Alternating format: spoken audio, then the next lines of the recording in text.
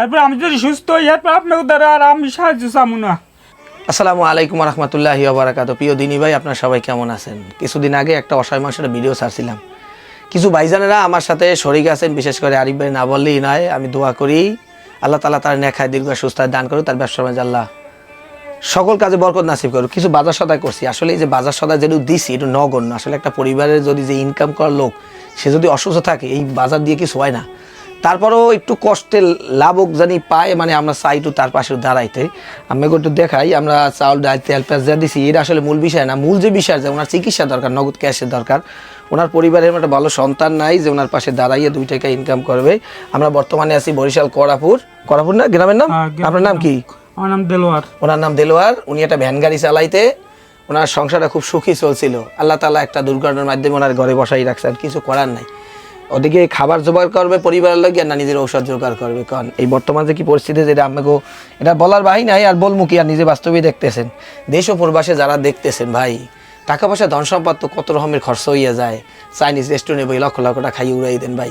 এই পরিবার এই লোকটা যদি একটু, উনি কিন্তু ভিক্ষুক না ভাই, আগেই বুঝে নিন। উনি কিন্তু কর্মঠ লোক, কষ্ট করে মেহনত করে টাকা ইনকাম করতো। একটা দুর্ঘটনার মাধ্যমে ঘরে বসে গেছেন, কিছু করার নাই। এখন না খাবার জোগাড় করবে, না নিজের ওষুধ পানি জোগাড় করবে। আপনারা যদি 2-4-5 টাকা ফিসাবিল্লাহ আল্লাহ রাজি খুশি দান করেন, হয়তো বা এই পরিবারটা উনি সুস্থ হওয়ার পর আর ভিক্ষা চাইবে না। আপনার কিছু বলার আছে? আমার বলেন। আমি আপনাকে আসসালামু আলাইকুম। আপনাকে দ্বারা আমার এই যে অনুরোধ, আমি যা আগে কাজকর্ম করছি, কারণ আমি অ্যাক্সিডেন্ট হইয়া আমি কোনো কাজকর্ম করতে পারি না, আমি অনাহাত। আমি দিছে যে 2 চেয়ে কাপাই আমি পারি না।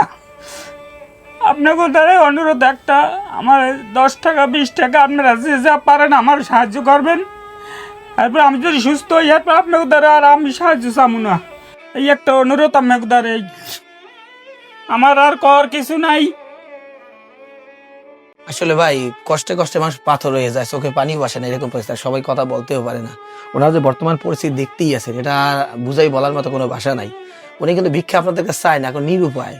আপনারা যে যা পারেন ফিসাবিল্লাহ পরকালে মুক্তি দিন, 2-4-5 টাকা দান করেন। উনি যদি একবার সুস্থ হয়ে যাবে, আপনাদের কাছে আর ভিক্ষা চাইবে না।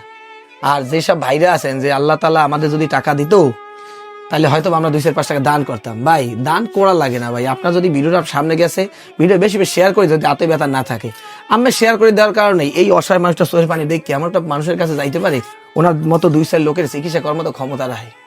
তা ভাই বেশি কিছু বলবো না, ভিডিও বেশি শেয়ার দিয়েন। আর 2-4-5টা যদি পারেন আল্লাহ ফিসাবিল্লাহ দিয়েন। কথা ছোট ছোট বালুকানা, বিন্দু বিন্দু জল গড়িয়ে মহরতরে সাগর তল। 10 টাকা 5 টাকা 20 টাকা 50 টাকা ভাই, এদের সে ভিক্ষু খয়রাতি মোসাফির, এটা কিন্তু গরিব না ভাই। আপনার দোকানে গেছে, আপনি 10 টাকা দেন না, আর এক দোকানে গেলে পাইবে, কিন্তু উনি কিন্তু নিরুপায়, ভিক্ষাও চাইতে পারে না ভাই। সমাজে মানুষের কাছে মন খুললে কইতে পারে না, তার বলবো কি ভাই। ভিডিও বেশি বেশি শেয়ার করে দেন। ওনার চোখের পানি আমার সহ্য হয় না ভাই। বিশ্বাস করেন আল্লাহ জালালিয়াতের কসম, আজকে যদি আমার টাকা থাকতো আপনার কাছে ভিক্ষা চাইতাম, আমার চিকিৎসার সব টাকার ব্যবস্থা করে দিতাম। কিন্তু আমি নিরুপায়। কিছু মানুষের কাছে বলার পর যে যা পাশে দিয়েছে, আমি টুকিটাকি সদাই আছি। হয়তো বা জোর হইলে 15 দিন চলতে পারে, কিন্তু এর বেশি না ভাই। আপনার কাছে অনুরোধ তুলে ভাই ভিডিও শেয়ার করে দিন। এই লোকটা খুবই অসহায় আছে ভাই। আর আপনাদের বুঝাই বলবো, বোঝার মধ্যে আল্লাহ আপনার জ্ঞান শক্তি দিয়েছে, বাস্তবিত দেখতেছেন। আর কি বলবো। ভালো থাকবেন। ফি আমরা আসসালামু আলাইকুম রহমতুল্লাহ।